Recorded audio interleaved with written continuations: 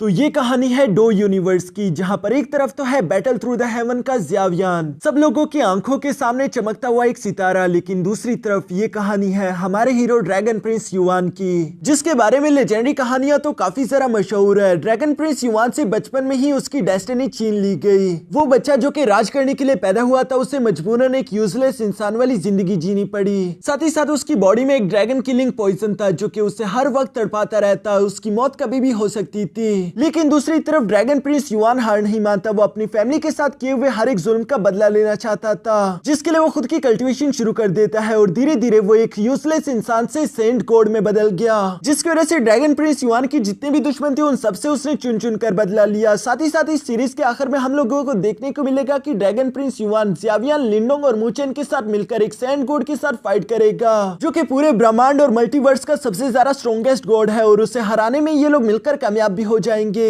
लेकिन ये सब तो इस कहानी का अंत होगा, तो चलो फिर इस अंत को शुरू से देखते हैं। तो इस कहानी की शुरुआत यहाँ जाओ पैलेस से होती है, जहाँ पर हम एक बच्चे को दर्द से तड़पते हुए देख रहे थे, और ये बच्चा कोई और नहीं बल्कि हमारे इस कहानी का हीरो ड्रैगन प्रिंस जाओ युआन है, जिसकी मदर अपने ब्लड का इस्तेमाल करते उसके पॉइजन को डीएक्टिवेट करने की कोशिश कर रही थी, जिस प्रोसेस के दौरान यहाँ पर एक बहुत बड़ा एनर्जी ब्लास्ट हो गया और इसी वजह से मिस किन्यू पीछे की तरफ धकेली गई, जबकि जाओ युआन की बॉडी से भी एक रेड कलर का ड्रैगन हवा में जाते ही डिस्ट्रॉय हो जाता है और वो टुकड़ों में बढ़ते हुए वापस से जाओ युआन के हाथ में समा गया। इसके बाद हम देखते हैं कि जाओ युआन वापस से शांत हो जाता है और डॉक्टर उसे चेक करने शुरू कर चुके थे, जिसके बाद वो उसके फादर को बताते हैं कि जाओ किंग, आप फिक्र ना कीजिए, आपका बेटा जाओ युआन अब बिल्कुल ठीक है। अगले 3 साल तक लगता नहीं कि दोबारा से उस पर ये पॉइजन हमला करेगा, तो आपको अगले 3 साल तक कोई फिक्र करने की जरूरत नहीं। जो सुनकर जाओ किंग थोड़ी सी उदास होते हुए साथ साथ सवाल करके पूछते हैं कि डॉक्टर, क्या तुमने जाओ युआन की बॉडी में 8 मैंडेरियंस देखे? जिस पर डॉक्टर जवाब देते हुए कहता है कि युआन की जितने भी उम्र के लड़के हैं ऑलमोस्ट उन सबके पास 8 मैंडेरियंस होते हैं, जो कि बेशक सबके सब ओपन ना हो लेकिन एटलीस्ट उन्हें डिटेक्ट तो किया जा सकता है। लेकिन जाओ युआन की कहानी बिल्कुल अलग, उसकी बॉडी में किसी तरह का मैंडेरियन मौजूद ही नहीं, यानी कि वो कभी भी कल्टीवेशन करके खुद को स्ट्रॉन्ग नहीं कर पाएगा, जो बात तो जाओ किंग और उनकी वाइफ दोनों को ही उदास कर चुकी थी। साथ ही साथ हम देखते हैं कि मिस किन्यू ने यहाँ पर अपने काफी सारा ब्लड को गवा दिया था, इसलिए वो भी बहुत ही ज्यादा कमजोरी महसूस कर रही है। इसलिए डॉक्टर उनसे कहता है कि क्वीन प्लीज खुद को संभालिए वरना आपकी तबीयत और जरा खराब हो जाएगी। लेकिन आखिर एक माँ अपने बच्चे को यूं तड़पता हुआ देखकर खुद को कैसे संभाले, बल्कि वो उल्टा उदास होते हुए कहती है कि मुझे समझ नहीं आ रहा कि आखिर मैं अपने बेटे के लिए क्या करूं। हर 3 साल बाद ये पॉइजन उस पर हमला करने के लिए आ जाता है और उसका हमला पहले से हमेशा जरा खतरनाक होता है, जिस पर डॉक्टर जवाब देते हुए कहता है कि हाँ, अफसोस के साथ कहना पड़ रहा है कि जाओ युआन की बॉडी के अंदर जो ये पॉइजन मौजूद है ये आज से 3 साल बाद दोबारा से जाओ युआन पर हमला करेगा। लेकिन अगर जाओ युआन की बॉडी इसे सप्रेस नहीं कर पाई तो हो सकता है कि उसकी जान भी चली जाए। जो सुनकर तो किंग और क्वीन दोनों ही इमोशनल हो गए थे। साथ ही साथ ड्रैगन प्रिंस युआन भी होश में आते हुए कहता है कि अच्छा, यानी कि मेरे पास जीने के लिए सिर्फ 3 साल है। मॉम डैड, मैं मरने से पहले जानना चाहता हूँ कि आखिर मेरे साथ क्या हुआ था, मेरी बॉडी के अंदर ये रिसेंटमेंट ड्रैगन पॉइजन आया कहां से? जिस पर जाओ किंग आखिरकार हिम्मत करते हुए युआन से कहते हैं कि क्या तुम ग्रेट वू एम्पायर के बारे में जानते हो? जिस पर जाओ युआन जवाब देते हुए कहता है कि हाँ, आज से 10-12 साल पहले ही उन लोगों ने ये एम्पायर क्रिएट किया था। वो फैमिली के बारे में इसलिए सब लोग ही जानते हैं। जाओ किंग ये सुनकर जवाब देते हुए कहता है कि वो फैमिली आज से 10 साल पहले हमारे मिनिस्टर्स के तौर पर बॉर्डर्स को संभालने का काम करती थी। ग्रेट वू एम्पायर से पहले ग्रेट जाओ एम्पायर था। ये सुनकर तो अचानक ही जाओ युआन को काफी ज्यादा शौक लगा, क्योंकि उसने सोचा ही नहीं था कि उनकी फैमिली कभी इतनी सारा ग्रेट भी हुआ करती थी। दूसरी तरफ जाओ किंग अपनी कहानी को कंटिन्यू रखते हुए कहते हैं कि सब कुछ बिल्कुल सही चल रहा था और ये वही रात थी जिस रात तुम पैदा होने वाले थे। ये सब कहते हुए आज से 13 साल पहले का हम लोगों को सीन दिखाया जाता है, जहाँ पर जाओ किंग अपने गार्ड्स के साथ पैलेस के बाहर इंतजार कर रहे थे। तभी अचानक उन्हें अपने पैलेस के ऊपर एक बहुत बड़ा गोल्डन ड्रैगन दिखाई दिया, जिसे देखकर तो जाओ किंग बहुत ही ज्यादा खुश हो गए, क्योंकि इसका मतलब ये था कि क्वीन ने एक ऐसे बेटे को जन्म दिया है जिसके पास होली ड्रैगन बॉडी का वरदान है। साथ ही साथ उस बच्चे के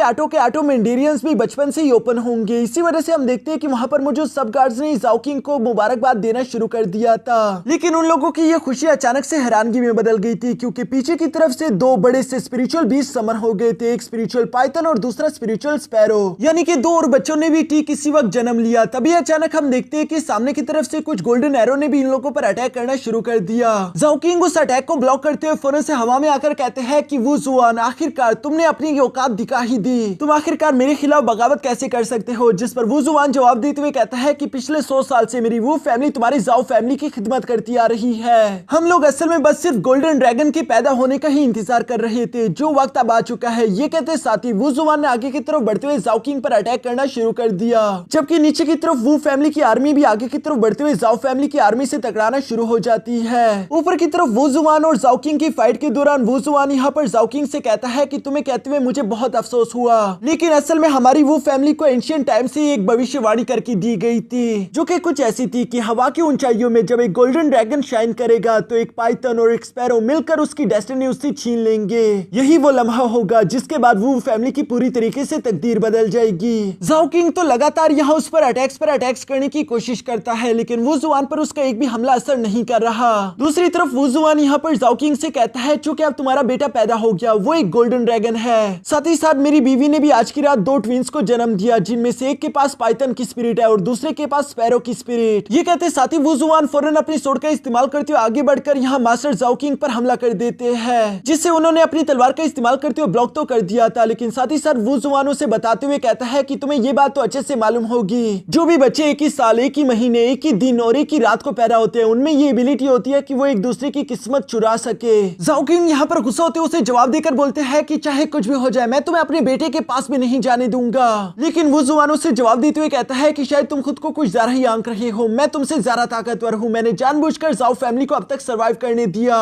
ताकि इस भविष्यवाणी में कोई चेंज ना आ जाए, लेकिन अब तुम लोगों का वक्त खत्म हो चुका है, जाओ फैमिली यहीं पर खत्म होगी। नीचे की तरफ हम देखते हैं कि ये बात बिल्कुल सही थी, जाओ फैमिली की हालत काफी ज्यादा खराब हो चुकी है क्योंकि वो फैमिली के वॉरियर्स बहुत ही ज्यादा ताकतवर थे। ऊपर की तरफ जाओ किंग भी यहाँ पर ज्यादा देर तक वू जुआन का मुकाबला नहीं कर पा रहा था, वो अपने स्पीड से सारी एनर्जी का इस्तेमाल करते हुए वू जुआन पर हमला तो कर देता है, लेकिन वू जुआन की एनर्जी भी दूसरी तरफ कुछ कम नहीं थी। इन दोनों की एनर्जी टकराने की वजह से चारों तरफ काफी ज्यादा तबाही मच रही थी। मास्टर जुआन यहाँ पर गुस्सा होते हुए कहते हैं कि तुम्हारी जाओ फैमिली ने पिछले 100 साल से हम पर हुकूमत की, लेकिन अब और नहीं। ये कहते साथ ही वो गुस्से के साथ अपनी एनर्जी को और भी ज्यादा बढ़ा देते हैं, जिस एनर्जी के अटैक की वजह से हम देखते हैं कि अचानक यहाँ मास्टर जाओ किंग का हाथ कट गया और वो उड़ते हुए पीछे चट्टानों से जा लगे, यानी कि वो इस फाइट को यहाँ पर हार चुके हैं। मास्टर वू जुआन यहाँ पर जोंग के पास आते हुए कहता है जाओ किंग अगर तुम अपने बच्चे को जिंदा देखना चाहते हो तो उसके लिए तुम्हें मेरे साथ होली ड्रैगन कॉन्ट्रैक्ट करना होगा, जिसके मुताबिक तुम अपनी फैमिली और अपनी आर्मी को लेकर ग्रेट जाओ कॉन्टिनेंट से बाहर चले जाओगे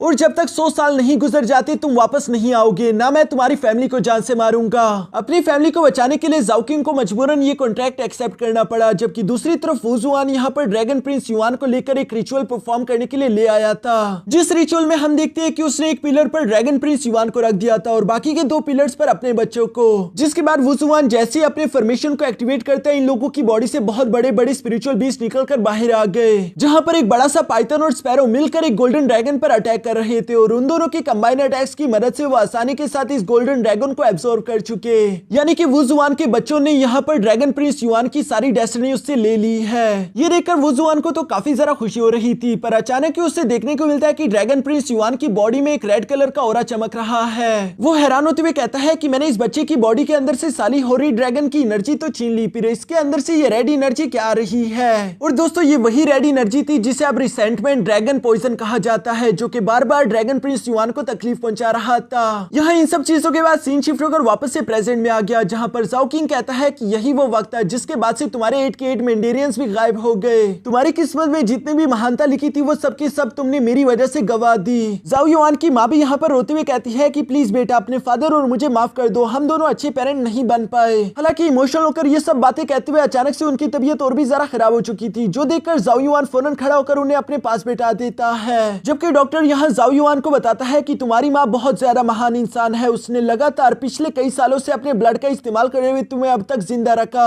क्योंकि जब भी तुम पर वो रिसेंटमेंट ड्रैगन पॉइजन हमला करता है तब वो अपने ब्लड को इस्तेमाल करते हुए तुम्हारी जान बचा लेती है, जो सब करना उनकी सेहत के लिए भी ठीक नहीं। वो अपने बेटे को तो जीने के लिए 3 साल दे देती है, लेकिन ये उनकी जिंदगी के कई साल खा गया। ऐसा लगता है कि मिस किन्यू अब 10 साल से ज्यादा नहीं जी पाएगी। मिस किन्यू यहाँ ये सारी बातें सुनकर उस डॉक्टर को यहाँ से जाने के लिए बोलती है, क्योंकि वो अपने बेटे को और ज्यादा परेशान नहीं करना चाहती थी। जबकि दूसरी तरफ जाओ युआन को तो यहाँ वो फैमिली पर काफी ज्यादा गुस्सा आ रहा था। वो खुद के साथ की हुई नाइंसाफी को तो बर्दाश्त कर सकता है, लेकिन उनकी वजह से जो यहाँ जाओ युआन की मॉम को भुगतना पड़ा वो ये सब बर्दाश्त नहीं कर सकता। जाओ युआन अपनी फैमिली के लिए बदला लेना चाहता था, इसलिए वो अपने फादर से सवाल करते हुए पूछता है कि फादर क्या मैं युआनशी बन सकता हूँ। युआनशी दोस्तों असल में इमोर्टल को कहते हैं वही लोग जो कि कल्टीवेशन करते हुए खुद को ताकतवर कर पाए। जाओ किंग अपने बेटे युआन की ये बात सुनकर उससे सवाल करते हुए पूछता है कि आखिर तुम एक युआनशी क्यों बनना चाहते हो, जिस पर वू जुआन जवाब देते हुए कहता है कि मुझे पूरा यकीन है कि वू जुआन ने 100 साल का एग्रीमेंट एग्रीमेंट किया है और वो 100 साल तक हम लोगों को परेशान नहीं करेगा।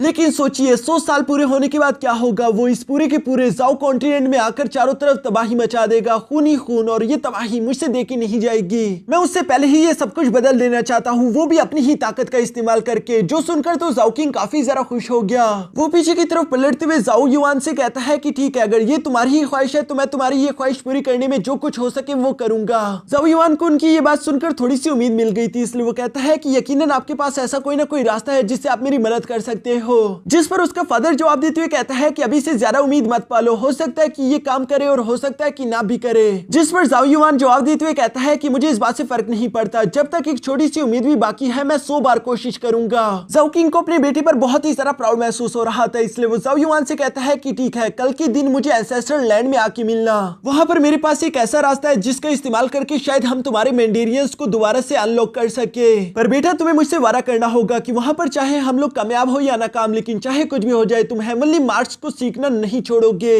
दोस्तों इससे पहले कि आप लोगों को कंफ्यूजन हो जाए, मैं सिंपल करके आपको बताता हूँ कि कल्टीवेशन करने के यहाँ पर 2 तरीके हैं। पहला तरीका तो यह है कि आप अपनी बॉडी के आटो मेंडेरियंस को बारी बारी करके अनलॉक करो, ताकि आप उसमें हेवन एंड अर्थ की एनर्जी को स्टोर करते हुए खुद को ताकतवर कर सको। इन्हें युआनशी या फिर इमोर्टल्स भी कहा जाता है। और दूसरा तरीका है यहाँ पर ओरिजिनल टेक्स्ट या फिर हेवनली मार्क्स का, जो कि स्पेशल टाइप सिंबल्स होते हैं। इन सिंबल्स को सीखते हुए जैसे ही बंदा मास्टर कर ले, उसके बाद वो इसका इस्तेमाल करके हुए खुद को ताकतवर कर सकता है। जैसा कि एक है मेटल स्किन मार्क और दूसरा है लाइट बॉडी मार्क, तीसरा है रैम्पेज बुल मार्क। इनमें से सपोज करो अगर जाओ युआन ने अपनी बॉडी पर रैम्पेज बुल मार्क लगा लिया तो उसकी स्ट्रेंथ काफी ज्यादा बढ़ जाएगी। उसी तरह अगर उसने अपने पैरों पर लाइटनिंग बॉडी मार्क लगा लिया तो उसकी रफ्तार बहुत तेज हो सकती है। साथ ही साथ अगर वो मेटल स्किन मार्क अपनी बॉडी पर लगा ले तो उसकी बॉडी काफी ज्यादा स्ट्रॉन्ग हो जाएगी। इन मार्क्स को कहते हैं ओरिजिनल टेक्स्ट या फिर हेवनली मार्क्स। ज्यादातर लोगों को लगता है कि ये ज्यादा खास नहीं, लेकिन जिन भी कल्टिवेटर्स को इन मार्क्स की रियल ताकत के बारे में मालूम हो जाता है वो जानते हैं कि ये कितने ज्यादा खास है। यहाँ चूंकि जाओ किंग ने अपने बेटे युआन से ये सब कहा था कि वो इन हेवनली मार्क्स को लाजमी सीखे, इसलिए जाओ युआन भी सर हिलाते हुए कहता है कि फिक्र ना करिए, मैं इसे जरूर सीखूंगा और जितने अच्छे से हो सके उतना सीखूंगा। इसके बाद हम लोगों को यहाँ कुछ महीनों बाद ग्रेट जाओ एकेडमी का सीन दिखाया जाता है, जहाँ पर एक टीचर सारे के सारे डिसाइपल्स को हेवनली मार्क्स के बारे में सिखा रहा था। सारे के सारे डिसाइपल्स को इन हेवनली मार्क्स को सीखने में ज्यादा दिलचस्पी नहीं थी, क्योंकि इन्हें सीखना बहुत ज्यादा टफ काम है। पर जाओ युआन को अब इन हेवनली मार्क्स में काफी ज्यादा दिलचस्पी होने लगी थी, बल्कि वो इन हेवनली मार्क्स को काफी अच्छे से अपने ब्रश का इस्तेमाल करते हुए ड्रॉ भी कर पा रहा था। इस वक्त जाओ युआन ने अपने सामने जिस हेवनली मार्क को ड्रा किया है उसे कहते हैं लाइटनिंग बॉडी मार्क, जिसका इस्तेमाल करके कोई भी कल्टिवेटर अपनी रफ्तार को बढ़ा सकता है।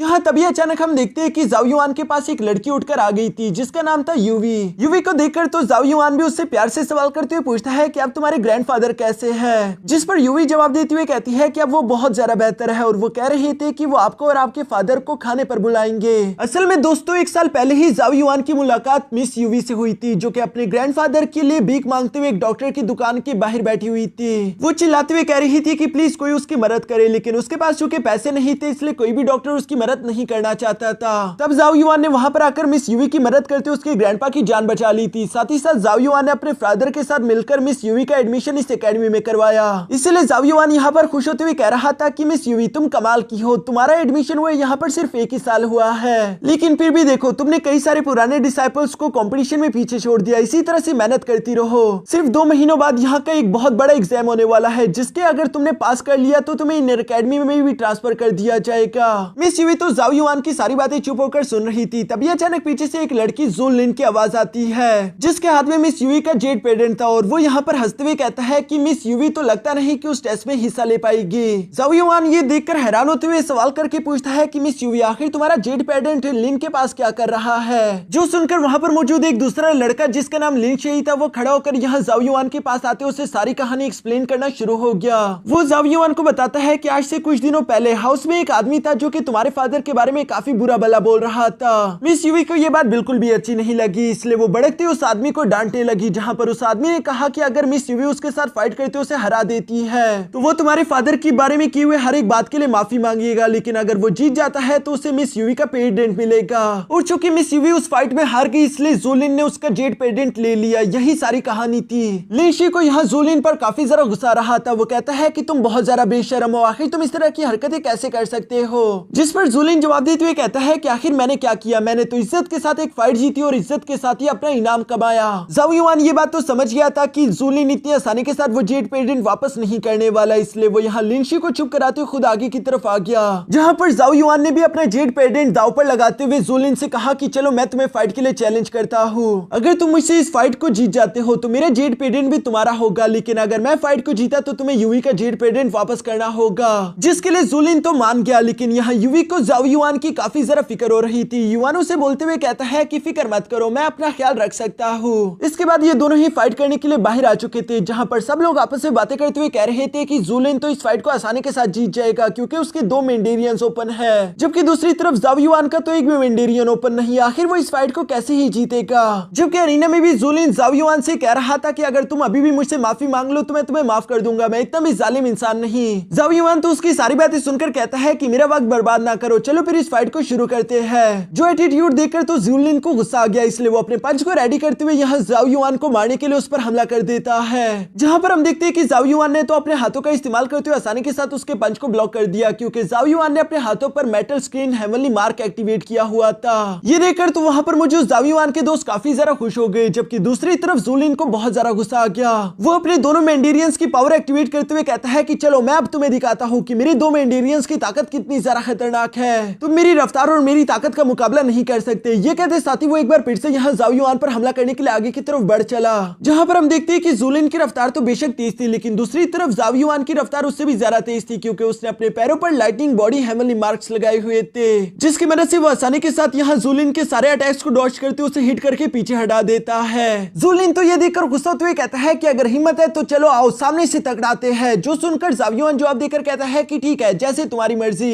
इसके बाद जाओ युआन भी तेजी के साथ आगे बढ़ते हुए सीधा जुलिन से सामने से टकरा गया, जहाँ इन दोनों के टकराने की वजह से हम देखते हैं कि जुलिन की एनर्जी चूंकि ज्यादा थी, इसलिए वो जाओ युआन के मेटल स्क्रीन हेवनली मार्क्स को हटा चुका था, जो देखकर तो जुलिन खुश हो गया, लेकिन असल में जाओ युआन ने अपनी बॉडी पर रैम्पेज बुल मार्क भी लगाया हुआ था, जिसकी वजह से अचानक ही उसकी स्ट्रेंथ डबल हो गई और वो जुलिन को हिट करते हुए सीधा दीवार पर दे मारता है, जिसके साथ ही जाओ युआन इस फाइट को यहीं पर जीत गया। सब लोग ये देखकर काफी जरा हैरान थे कि जाओ युआन का तो एक भी मेंडेरियन अनलॉक नहीं है, फिर आखिर वो 2 मेंडेरियन अनलॉक वाले पर्सन को कैसे हरा पाया। जबकि जाओ युआन भी सामने की तरफ जाते हुए जेड पेडेंट यहाँ जुलिन से ले लेता है और उसे कहता है कि प्लीज बिग कंपटीशन में हिस्सा मत लेना, क्योंकि तुम मेरी जैसे इंसान को भी नहीं हरा सकती जिसका एक भी मेंडेरियन ओपन नहीं, वहां पर तुम सब लोगों के सामने वैसे खुद को बेइज्जत करा दोगे। और इसी तरह से जुलिन का मजाक उड़ाने के बाद वो उस जेड पेडेंट को लेकर वापस से यूवी को दे देता है, जहां पर वो यूवी से कहता है कि दोबारा से इसे मत घुमा देना, जिस पर तो यूवी भी जाओ युआन का शुक्रिया अदा करती है और वो कहती है कि पता नहीं मैंने कौन से अच्छे काम किए थे जो तुम जैसा मुझे अच्छा दोस्त मिला। इसके बाद ये दोनों इसी तरह से बातें करते हुए घर की तरफ रवाना हो गए, जबकि दूसरी तरफ हमें गली में यहाँ पर जुलिन और लिनशी दिखाया जाता है और हमें यहाँ जानने को मिलता है कि असल में ये सारा के सारा प्लान तो लिनशी का था, जो कि जाओ युआन को बिल्कुल भी पसंद नहीं करता। उसका प्लान था कि जुलिन सब लोगों के सामने जाओ युआन को पीट कर उसकी बेइज्जती करेगा, लेकिन यहाँ पर तो सब कुछ उल्टा ही पड़ गया, जिसकी वजह से लिनशी ने यहाँ जुलिन को काफी बुरी तरीके से पीट दिया था। दूर से एक लड़का ये सब होता हुआ देख रहा है जिसका नाम क्यू था और वो भी जाओ युआन को ज्यादा पसंद नहीं करता। इसके बाद सीन शिफ्ट होकर दूसरी तरफ यहाँ जाओ युआन और जाओ किंग पर आ गया था, जो दोनों ही अपने जाओ फैमिली के एंसेस्टर लैंड पर आए हुए थे। जाओ किंग यहाँ पर अपने बेटे को बताता है कि मुझे पूर्वजों से ये बात मालूम हुई थी कि इस एंसेस्टर लैंड में एक स्पेशल टाइप फॉर्मेशन है जो कि हमारी जाओ फैमिली की किसी भी मुश्किल को खत्म कर देगी। बेटा तुम्हारी बॉडी में जो 8 मेंडेरियंस मिसिंग है, अगर तुम इसके बारे में यहाँ इस फॉर्मेशन से सवाल करो तो हो सकता है कि ये तुम्हारे ब्लड को पहचानते हुए तुम्हें इसका जवाब दे दे। लेकिन साथ ही साथ मैं तुम्हें ये बात भी बता देना चाहता हूँ कि आज से पहले हमारी जाओ फैमिली में कोई भी इस फॉर्मेशन को एक्टिवेट नहीं कर पाया। तुम्हें अपने ब्लड का इस्तेमाल करते हुए अपनी किस्मत यहाँ पर आजमानी होगी। हो सकता है कि ये फॉर्मेशन तुम्हारे ब्लड लाइन को पहचान ले। जो सुनकर जाओ युआन बिल्कुल ऐसा ही करता है। वो अपनी उंगली से खून का कतरा नीचे की तरफ फॉर्मेशन पर गिरा चुका था, लेकिन थोड़ी देर इंतजार करने के बावजूद भी वो फॉर्मेशन एक्टिवेट नहीं हुआ, जो देखकर जाओ युआन तो काफी जरा उदास हो गया। लेकिन कुछ सेकंडों बाद अचानक ही हम देखते हैं कि वो फॉर्मेशन अचानक से एक्टिवेट होना शुरू हो गया, जहां पर जाओ युआन के आसपास एक बैरियर क्रिएट हो जाता है। जाओ किंग भी काफी जरा हैरान था, क्योंकि आज से पहले उसने इस फॉर्मेशन को एक्टिवेट होते हुए नहीं देखा। तभी अचानक हम देखते हैं कि यहाँ जाओ युआन पर कुछ लाइटिंग एनर्जी गिरना शुरू हो गई, जिन्हें वो फौरन से जंप करते हुए पीछे की तरफ हट जाता है और वो अपने फादर से सवाल करते हुए पूछता है कि ये क्या किसी तरह का टेस्ट है, जिस पर जाओ किंग जवाब देते हुए कहता है कि मैं नहीं जानता, आज से पहले इस फॉर्मेशन को कोई भी एक्टिवेट नहीं कर पाया। जबकि धीरे धीरे हम देखते हैं कि वहां पर मौजूद उन लाइटिंग एनर्जी की तादाद काफी जरा बढ़ रही थी और जाओ युआन के लिए उन्हें डॉज करना भी डिफिकल्ट हो गया, बल्कि वो धीरे धीरे से यहाँ जाओ युआन की बॉडी को हिट करती जा रही थी, जो टेस्ट धीरे धीरे करके खतरनाक हो रहा है। इसीलिए जाओ किंग यहाँ अपने बेटे जाओ युआन से कहता है कि फौरन इस फॉर्मेशन से बाहर आ जाओ, हम कोई दूसरा रास्ता ढूंढ लेंगे। ये फॉर्मेशन तो तुम्हारी इस तरह से जान ले लेगी। लेकिन दूसरी तरफ जाओ युआन बाहर की तरफ नहीं जाता और हम देखते हैं कि उन लाइटनिंग से हिट होकर अचानक वो नीचे की तरफ गिरते हुए बेहोश हो गया, जहां बेहोशी की हालत में जाओ युआन की नजरों के सामने उसकी माँ की कंडीशन और उसके फादर का कटा हुआ हाथ और उसकी फैमिली की कंडीशन जो कि उसके दुश्मनों ने की है वो सब आ रही थी। और इसलिए वो गुस्से के साथ खड़ा होते हुए कहता है कि मैं इतनी आसानी के साथ हार नहीं मान सकता, मेरी फैमिली ने जो कुछ भी खोया है मुझे वो सब कुछ वापस लेना होगा। ये सब कहने के बाद वो हिम्मत के साथ एक बार फिर से खड़ा हो गया, जिसके बाद हम देखते हैं कि एक बार फिर से यहाँ जाओ युआन की बॉडी पर वो लाइटनिंग एनर्जी गिरना शुरू हो गई, लेकिन जाओ युआन यहाँ चिल्लाते हुए कह रहा था कि ये मेरे पास सिर्फ आखिरी रास्ता है, इसलिए चाहे कुछ भी हो जाए मैं फेल नहीं हो सकता। यही तो जाओ युआन का टेस्ट था कि आखिर वो कितनी बहादुरी दिखाता है। जाओ युआन को दूसरी तरफ यूं तकलीफ में देखकर उसका फादर तो उस फॉर्मेशन को तोड़ने की अपनी पूरी कोशिश कर रहा था, लेकिन अंदर की तरफ मौजूद जाओ युआन हार नहीं मानता, बल्कि वो चिल्लाते हुए कहता है कि मुझे सिर्फ एक मौके की जरूरत है, मुझे सिर्फ एक मौका दे दो। जाओ युआन के ये कहते साथ ही अचानक वो फॉर्मेशन जाओ युआन को टेलीपोर्ट करके एक अलग ही डोमेन में भेज देती है, जो दुनिया बिल्कुल जाओ युआन की दुनिया से अलग थी। जाओ युआन को कुछ भी समझ नहीं आ रहा था कि आखिर वो इस वक्त है कहां पर, जबकि पीछे की तरफ जाओ युआन का फादर भी हैरानगी के साथ उसका नाम चिल्लाते हुए कह रहा था कि जाओ युआन आखिर तुम कहां गए। जबकि पीछे की तरफ जाओ युआन के पास एक लड़की भी आ गई थी जो कि जाओ युआन से कह रही थी कि तुम्हें एक मौका चाहिए था ना, तो वो तुम्हें मिलने वाला है। जाओ युआन तो उसकी बात सुनकर काफी ज्यादा सरप्राइज हो गया, क्योंकि उसे समझ ही नहीं आ रहा था कि आखिर ये लड़की है कौन और आखिर ये किस तरह की बात कर रही है, इसे कैसे पता कि मुझे एक मौके की तलाश थी। यहाँ पर वो लड़की तो दिखने में काफी ज्यादा खूबसूरत थी, जिसका नाम है मिस याओ याओ। जाओ युआन तो कुछ देर तक उसे लगातार देखता ही रहा, फिर वो यहाँ खुद का इंट्रोडक्शन देते हुए सवाल करके पूछता है कि मिस मैं जान सकता हूँ कि आखिर इस वक्त मैं कहाँ पर हूँ, क्योंकि आखिरी बार तो मुझे याद है कि मैं अपने फादर के साथ एक एंसेस्ट्रल लैंड पर था। मिस याओ याओ उसकी सारी बातें सुनकर कहती है कि यानी कि ग्रैंडपा ने जो कुछ भी कहा था वो बिल्कुल सही है, यहाँ पर मुझे एक लड़का मिलेगा और वो मुझे मिल गया। ये सब कहने के बाद वो जाओ युआन को खुद के साथ चलने के लिए बोलती है, जहाँ जाओ युआन भी धीरे धीरे उसके साथ रवाना हो गया। जाओ युआन पीछे से चिल्लाते हुए कहता है कि वैसे मिस क्या आप मुझे अपना नाम बता सकती हो, जिस पर वो लड़की अपना नाम नहीं बताती, जबकि वो साथ ही साथ वहाँ पर मौजूद अपने कुत्ते से कहती है कि टुन टुन चलो यहाँ से। टुन टुन दिखने में तो काफी ज्यादा खूबसूरत था। जाओ युआन उसे टच करने की भी कोशिश करता है, लेकिन टुन टुन ने गुस्से होते हुए वहाँ पर मौजूद एक चट्टान को अपने दांतों से दे मारा, जहाँ पर हम देखते हैं कि टुन टुन तो काफी ज्यादा खतरनाक है। उसके सिर्फ इस मामूली अटैक की मदद से वो चट्टान पूरी तरीके से राख में बदल गया।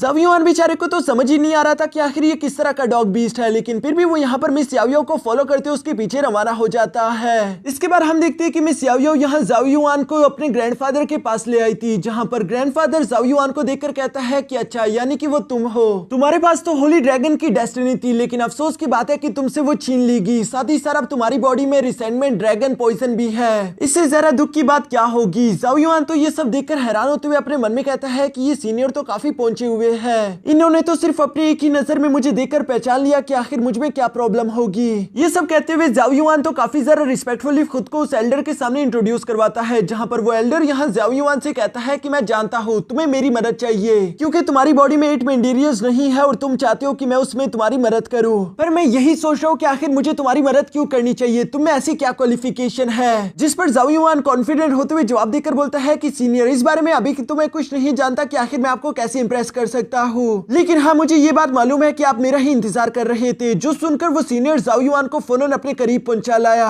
और वो सवाल करते हुए पूछता है कि बताओ आखिर तुम ऐसा क्यों सोचते हो कि मुझे तुम्हारा इंतजार था। जिस पर जाओ युआन जवाब देते हुए कहता है कि मैं नहीं जानता कि आखिर आप मेरा इंतजार क्यों कर रहे थे, लेकिन मुझे ये मालूम है कि आपको मेरा ही इंतजार है और मुझ में ऐसी क्या खासियत है जिसके लिए आपको मेरी जरूरत पड़ गई, वो आप मुझसे ज्यादा बेहतर जानते होंगे। ग्रैंडपा उसकी ये सारी बातें सुनकर यहाँ जाओ युआन को पीछे की तरफ हटाते हुए कहता है कि वैसे तो तुम्हें देखकर ऐसा लगता नहीं कि तुम एक बच्चे की भी हिफाजत कर पाओगे, लेकिन चलो ठीक है, अगर किस्मत में यही लिखा है तो मैं इसी तरह से चलूंगा। मैं तुम्हारे मेंडेरियंस को ठीक कर सकता हूँ, लेकिन बदले में तुम्हें मेरी एक मदद करनी होगी। तुम्हें याओ याओ को यहाँ से लेकर जाना होगा और उसकी हिफाजत करनी होगी। याओ याओ तो अपने ग्रैंडफादर की ये बात सुनकर उनसे कहती है कि प्लीज आप मुझे इसके साथ ना बेचिए, लेकिन ग्रैंडपा जवाब देते हुए कहते हैं कि याओ याओ तुम मेरे साथ नहीं रुक सकती, किस्मत की वजह से मेरे पास एक ऐसी प्रॉब्लम आ रही है जिसके होते हुए मैं तुम्हें अपने पास नहीं रख सकता, तुम्हें इस लड़के के साथ जाना ही होगा। जो सुनकर मिस याओ याओ जवाब देते हुए बोलती है लेकिन ये लड़का बहुत कमजोर है। जिस पर ग्रैंडपा यहाँ जाओ युआन की तरफ देखते हुए कहते हैं कि हाँ ये लड़का बेशक अभी के लिए काफी कमजोर है, लेकिन इसके फ्यूचर के बारे में हम लोग कुछ नहीं जानते।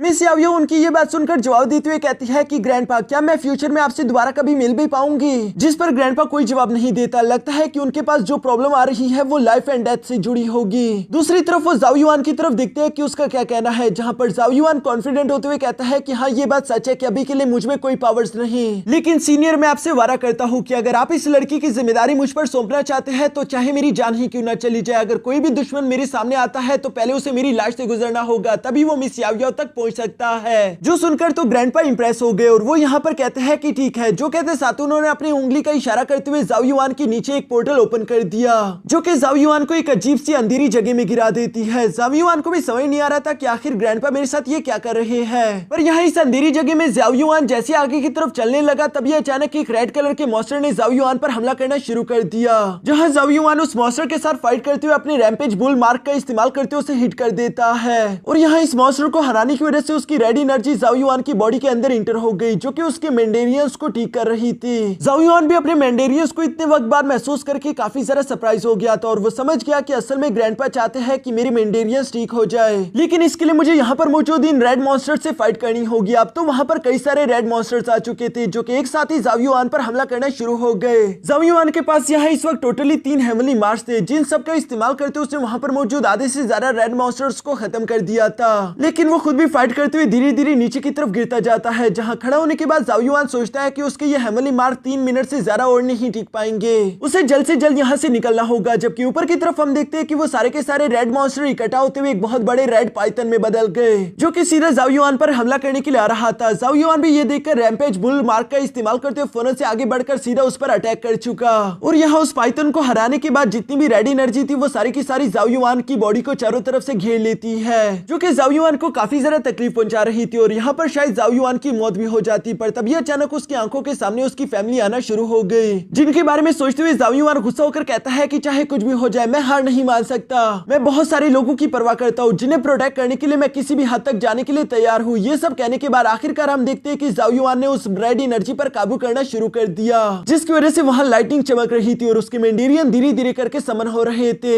इसके बाद नेक्स्ट सीन में जाओ युआन की जैसी आंखें खुलती है वो वापस से दुनिया में आ चुका था, जहां पर वो खड़े होते हुए कहता है कि आखिर वो सब क्या था। ग्रैंडपा उसके सवाल पर जवाब देते हुए कहते हैं कि अपनी बॉडी में फील करो, लगता है कि तुम्हारे मेंडेरियंस ठीक हो गए। जो सुनकर जाओ युआन बिल्कुल ऐसा ही करता है और अपनी बॉडी को देखने पर उसे महसूस हो गया कि उसकी बॉडी में मौजूद 8 मेंडेरियंस वापस से आ चुके हैं। ये जानकर तो वो काफी ज्यादा खुश हो जाता है। ग्रैंडपा जाओ युआन को जवाब देते हुए कहते हैं कि जब तुम पैदा हुए थे तब के तभी तुम्हारे 8 के 8 मेंडेरियंस ओपन हो गए थे, लेकिन फिर बचपन में जो तुम्हारे साथ हादसा हुआ उसकी वजह से तुम्हारे मेंडेरियन क्लोज हो गए और वो खुद को प्रोटेक्ट करने के लिए इतने ज्यादा डीपली छुप गए कि तुम्हें उसे महसूस नहीं हो पा रहा था। पर अभी कुछ देर पहले जिस टेस्ट से तुम गुजरे उसमें ऑलमोस्ट तुम्हारी मौत होने वाली थी, लेकिन तुमने अपनी मौत को सरपास करते हुए दोबारा से अपने मेंडेरियन समन कर लिए। जो सुनकर जाओ युआन जवाब देते हुए कहता है कि अगर ताकतवर होने के लिए मुझे मौत से गुजरना पड़े तो मैं इसके लिए पूरी तरीके से तैयार हूँ। जो सुनकर तो ग्रैंडपा भी काफी ज्यादा खुश हो गए थे और वो जाओ युआन को शाबाशी देते हुए बोलते हैं कि तुम्हारे मेंडेरियंस दोबारा से ब्लॉक्ड हो गए हैं, इसलिए अब तुम्हें दोबारा से मेहनत करके उन्हें ओपन करना होगा। लेकिन तुम्हें एक बात मैं बता दूं, जितना नॉर्मल लोगों को अपने मेंडेरियंस ओपन करने में मेहनत करनी पड़ती है तुम्हें उससे ज्यादा करनी पड़ेगी। जिस पर जाओ युआन जवाब देते हुए कहता है कि आप फिक्र ना करें, एटलीस्ट अब मेरे पास थोड़ी बहुत उम्मीद तो है। जिस पर ग्रैंडपा जवाब देते हुए कहते हैं कि ठीक है, वैसे भी तुम्हें याओ याओ को प्रोटेक्ट करना होगा क्योंकि कुछ स्पेशल रीजंस की वजह से याओ याओ अपनी एनर्जी का इस्तेमाल नहीं कर सकती।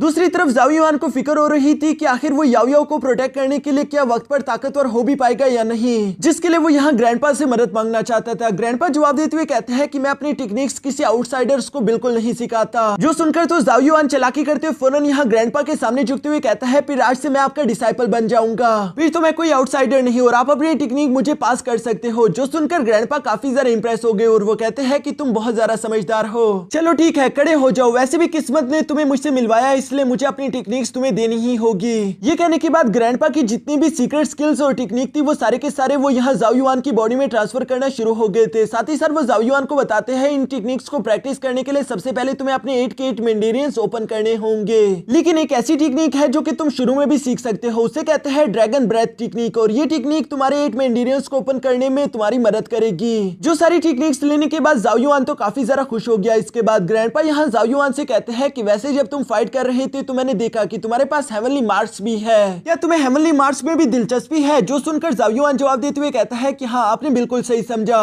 ये सब सुनकर ग्रैंडपा यहाँ जाओ युआन को एक और टेक्निक भी पास आउट कर देते हैं जिसका नाम था chaos divine ink appreciation method. ये आगे जाओ युआन के काम आएगी ताकि वो अपने हेवनली मार्स को और ज्यादा स्ट्रॉन्ग कर सके। इन सब टेक्निक्स को पास आउट करने के बाद ग्रैंडपा आखिरकार जाओ युआन को एक ब्रुश भी पकड़ा देते हैं जिसका नाम था टियान युआन ब्रुश। क्योंकि जाओ युआन अब ग्रैंडपा का एक डिसाइपल बन चुका है तो ये ट्रेजर उनकी तरफ से एक छोटा सा गिफ्ट था। जाओ युआन तो इस ट्रेजर का नाम सुनकर ही काफी ज्यादा सरप्राइज हो गया था क्योंकि ये गॉड लेवल के कल्टीवेटर का ब्रुश था। उस गॉड लेवल कल्टीवेटर की कहानियां चारों तरफ पूरे यूनिवर्स में मशहूर है, जिसके बारे में जाओ युआन को उसके फादर ने बताया था। ग्रैंडपा बताते हैं कि वो गॉड कल्टीवेटर फाइट में जब मारा गया तो उसका ये ब्रुश मुझे मिला, जो कि अब मैं तुम्हें दे रहा हूँ। इस ब्रुश पर टोटल 9 एलिमेंट्स बने हुए हैं, जिन्हें तुम डिफरेंट एनर्जी देकर एक्टिवेट कर सकते हो। अगर 9 के 9 एलिमेंट्स कंप्लीट हो गए तो इस ब्रुश की पूरी एनर्जी तुम इस्तेमाल करोगे। और ये टियान युआन ब्रुश कितना ज्यादा खतरनाक हो सकता है ये मुझे तुम्हें बताने की जरूरत नहीं। जो सुनकर तो जोंग युआन फौरन यहाँ ग्रैंडपा का शुक्रिया अदा करता है। और आखिर में जाओ युआन सवाल करते हुए पूछता है कि ग्रैंडपा, अब तो मैंने आपको अपना मास्टर बना लिया है, तो क्या आप अपना नाम मुझे नहीं बताएंगे?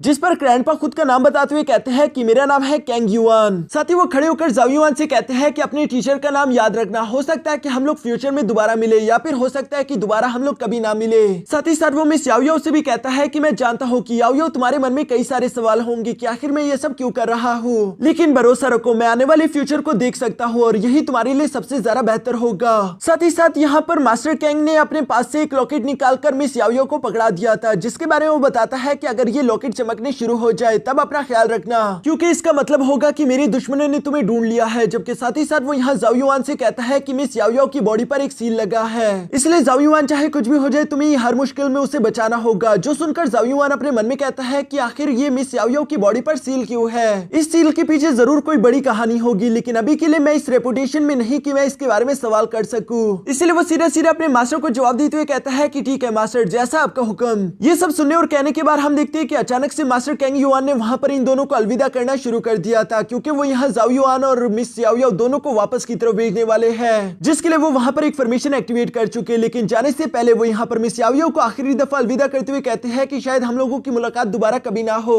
साथ ही साथ वो यहाँ जाओ युआन से कहता है कि जाओ युआन, मुझसे वादा करो कि तुम मिस याओ याओ की हर हाल में हिफाजत करोगे। जिस पर जाओ युआन जवाब देते हुए कहता है कि मास्टर, आपने मुझे अपना डिसाइपल बनाया और आपने मेरी मदद भी की, इसलिए चाहे मेरी जान ही क्यों ना चली जाए लेकिन मैं मिस याओ याओ को हर हाल में प्रोटेक्ट करूंगा। यहाँ ये सब कहने के बाद जाओ युआन और मिस याओ याओ वापस से जाओ युआन के वर्ल्ड में पहुंच गए, जबकि पीछे की तरफ मौजूद मास्टर कैंग युआन यहाँ पर हंसते हुए कहते हैं कि मैंने सोचा नहीं था कि ऐसे लास्ट मोमेंट पर मैं एक डिसाइपल एक्सेप्ट करूंगा, लेकिन अब मैं क्या ही कर सकता हूँ, आखिरकार मेरे दुश्मनों ने मुझे ढूंढ ही लिया है, मुझे आज के दिन लगता है कि हाथापाई करनी ही होगी। यहाँ उनके ये कहते साथ ही अचानक हम देखते हैं कि हेवन की तरफ से एक लाइटनिंग के साथ यहाँ 3 वॉरियर्स मास्टर कैंग के सामने समन हो गए थे, जो कि तीनों के तीनों गॉड लेवल्स के वॉरियर थे। और वो यहाँ पर मास्टर कैंग को देखते हुए कहते हैं कि आखिरकार हमने तुम्हें ढूंढ लिया, तो तुम यहाँ पर छुप कर बैठे हुए हो, चलो अब जल्दी से जल्दी वो लड़की हमारे हवाले कर दो और हो सकता है कि हम तुम पर थोड़ा सा रहम दिखा दे। दोस्तों, अब आप लोगों को समझ आ गया होगा कि असल में मास्टर कैंग मिस याओ याओ को इन लोगों से प्रोटेक्ट करना चाहते थे। दूसरी तरफ मास्टर कैंग तो यहाँ पर इन लोगों की बातें सुनकर हंसते हुए कहते हैं कि अच्छा, यानी कि तुम अपने फादर की रियल पावर्स देखना चाहते हो, चलो आ जाओ, मैं तुम्हें अपनी ताकत दिखाता हूँ। बेशक मैं बूढ़ा हो गया लेकिन अभी भी मुझ में इतनी जान बाकी है कि मैं तुम तीनों को धूल चटका सकूं। और ये कहते साथ ही वो फौरन से अपनी पावर्स एक्टिवेट कर लेते हैं, जहां पर मास्टर कैंग की पावर्स तो बहुत ही ज्यादा डेंजरस थी और उनकी बॉडी पर कई सारे हेवनली मार्क्स लगे हुए थे और उन्होंने अपनी अब ये सारी की सारी टेक्निक जाओ युआन को भी पास आउट कर दी है, यानी कि वो आने वाले फ्यूचर में बिल्कुल मास्टर कैंग की तरह ताकतवर होगा। तभी अचानक हम इन 3 गॉडली कल्टिवेटर्स में से एक को देखते हैं, जो कि तेजी के साथ आगे बढ़ते हुए सीधा मास्टर कैंग पर हमला करने के लिए बढ़ चुका।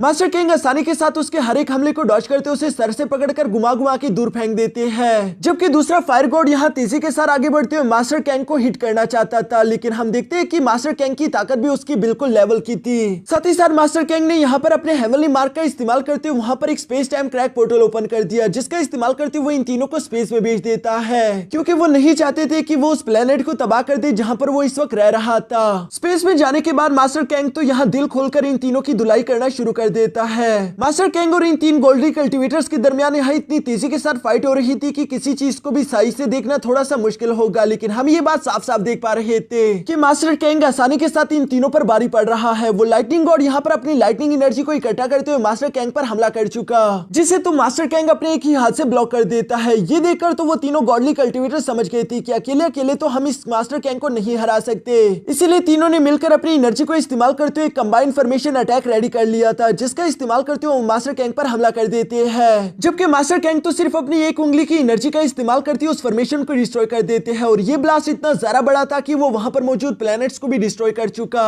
जिस फाइट में आगे कौन जीता होगा ये तो हमें नहीं बताया जाता और सीन शिफ्ट होकर वापस से यहाँ जाओ युआन और मिस याओ याओ पर आ गया, जो कि उसे एंसेस्ट्रल लैंड में आ चुके थे, जहां पर जाओ युआन का फादर पहले से इन लोगों का इंतजार कर रहा था। यहाँ जाओ युआन मिस याओ याओ से कहता है कि फिक्र मत करो, मास्टर कैंग बहुत ज्यादा ताकतवर है, उन्हें कुछ नहीं होगा। जिस पर मिस याओ याओ कहती है कि हाँ तुमने बिल्कुल सही कहा, लेकिन अगर किसी ने भी उन्हें चोट चोट पहुंचाई तो मैं उनका बदला जरूर लूंगी। और इसी मजेदार सीन के साथ हमारा ये एपिसोड यहीं पर खत्म हो जाता है। दोस्तों अगर आप लोगों को ये न्यू सीरीज अच्छी लगी तो प्लीज इस वीडियो को लाइक करके एक अच्छा सा कमेंट भी कर देना, क्योंकि इसका नेक्स्ट एपिसोड भी जल्दी हमारे इसी चैनल पर आ जाएगा।